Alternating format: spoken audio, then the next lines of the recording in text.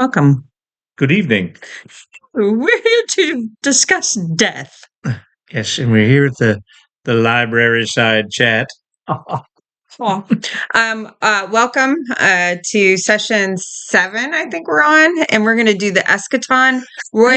And I are going to introduce you to the concept of a Catholic death.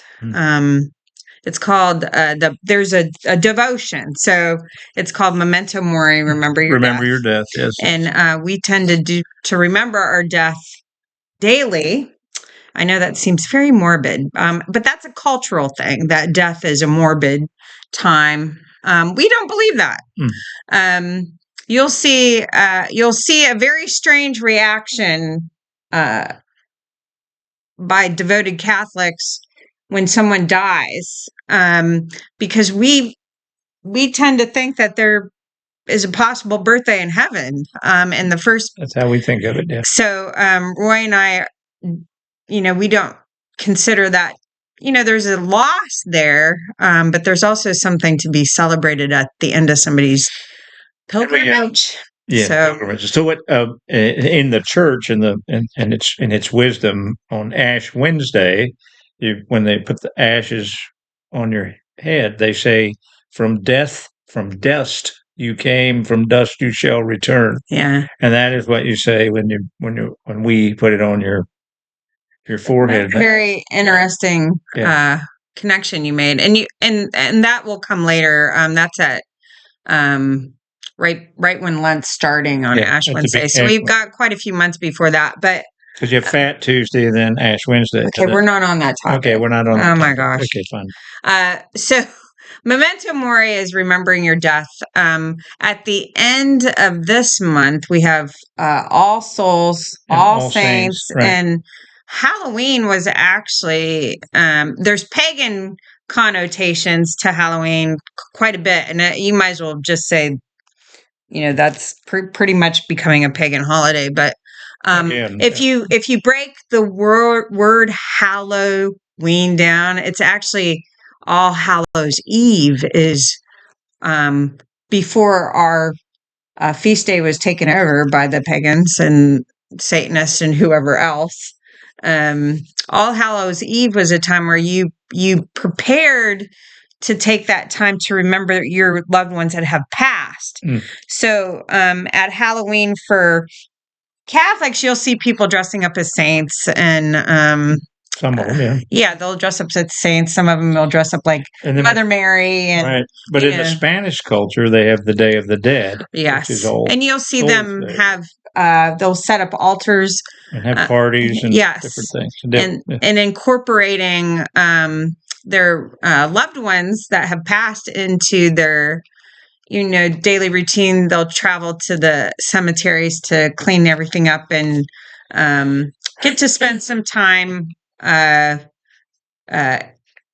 in unity with the people who are in eternity. So Catholics believe that death is a doorway. Excuse me. It's like confirmation. It's not the end of something. Same with death. It's not the end. It's the beginning of where you go from time to outside of time, which is where you begin your eternity. Yes. So it's a very difficult time for us here. Sometimes, most times, for us, it's every time there is a brief grief and loss that you feel, but we tend to focus on the joy of it and depending on who it is, that it's some people, some folks, it's very difficult to get over. And then at that time, because I have witnessed and been death quite a bit through my Marine Corps career and in personal too. And do you want to get into that a tiny little bit? Okay. Well, I call it there was 11 months was my Job period, I call it. And I had an uncle, an aunt, my mother, and my wife passed away, all of them within that 11-month period. And so I found that it's a crossroads. And so you can either be mad at God and turn away from God, or you can turn towards God and draw him in even closer, which is what I did. And so through those losses, I gained more, I guess the word would be spirituality, was the I do. closeness to Yeah. God. And so it was tough. It wasn't an easy trip, but or journey, shall we say? But it's a journey nonetheless. And so it came out on a better end. And then God gave me Carrie Land. Mhm. So at the same time, Roy was going through that situation with his deceased wife passing away of cancer. I hadn't met him yet, but what was happening on my end when he and Sylvia, our daughter, was dealing with the death of their wife and mother, Miss Donna.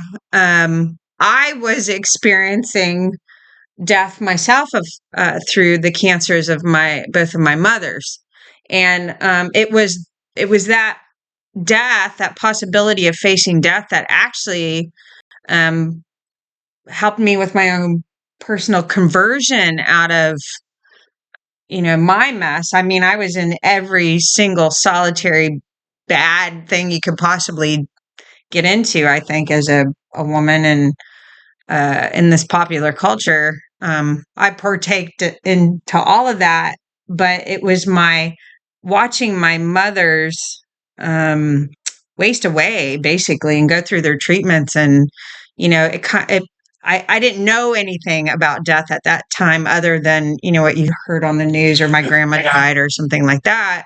So when I was faced with, the possibility of that huge loss, my brain could not handle it. Um, and that's when Jesus was reaching out and, really telling me, in so many words, that I was in an emergency situation and I needed I was going to really need his help. And by the end of everything, both my mothers survived. They're still here with us today. Thanks be to God. And I'm